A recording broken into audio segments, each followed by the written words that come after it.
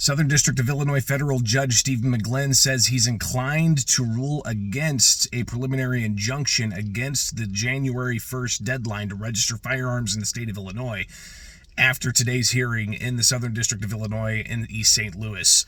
Bishop on air here with you. Nothing fancy, just hanging out in the truck after, of course, being in the federal court hearing where Judge Stephen McGlynn heard from plaintiffs with the federal firearms licensees of Illinois and also from the state as defendants. At question is a motion to enjoin the state temporarily from enforcing the January 1st deadline to register firearms, or individuals could face penalties, including a Class 3 felony. This comes after the Joint Committee on Administrative Rules did not take any action on the Illinois State Police second notice rules modifying the emergency rules from September 15th. So what we have here is, and again, just a short update for everybody.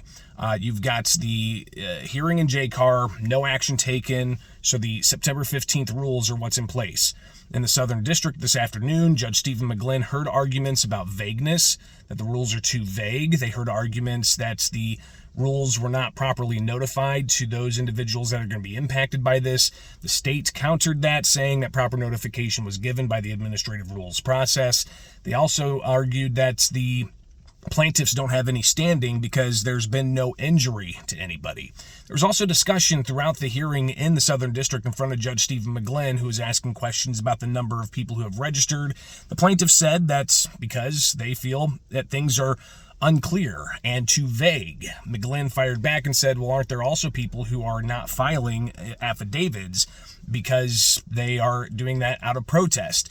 The state also reiterated that that could be the case, or people are just waiting last minute so they can transfer the firearm out of state, either sell it to an FFL or possibly destroy that firearm. So amid all of those arguments about vagueness, about standing, the state arguing that the plaintiffs have not met the threshold on either of those issues, Judge Stephen McGlynn did say from the bench that he is inclined to not issue an injunction, saying that that could make things even messier.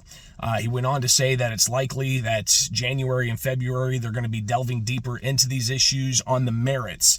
That's another thing that we have to take into consideration here is even though you've got a case that's being considered by the U.S. Supreme Court Justice Amy Coney Barrett from the 7th Circuit Court of Appeals, those are on preliminary injunction motions, not on the merits of the case. So McGlynn, the federal judge here in the Southern District, did say that they fully anticipate that there will be continued litigation on the merits of this. And he said the quicker those answers are given as to what is and is not able to be banned when it comes to the Second Amendment, the better Illinoisans will be. And he urged for there to be more clarity swiftly on the issue of the merits of this case.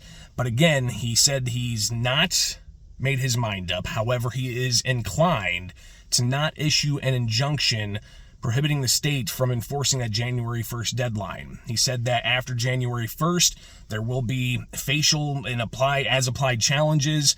There will be even more litigation ranging from the vagueness issue to those who are injured by the law being enforced. But McGlynn saying that he is inclined to not issue an injunction for the January 1st deadline.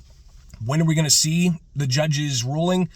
He did indicate that he will rule before the Christmas holiday, and possibly it could come at the end of this week. He said that a ruling will be filed promptly.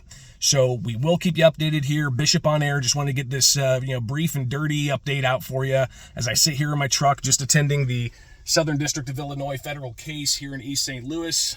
So you guys have yourselves a wonderful rest of the day, and hopefully this update was beneficial.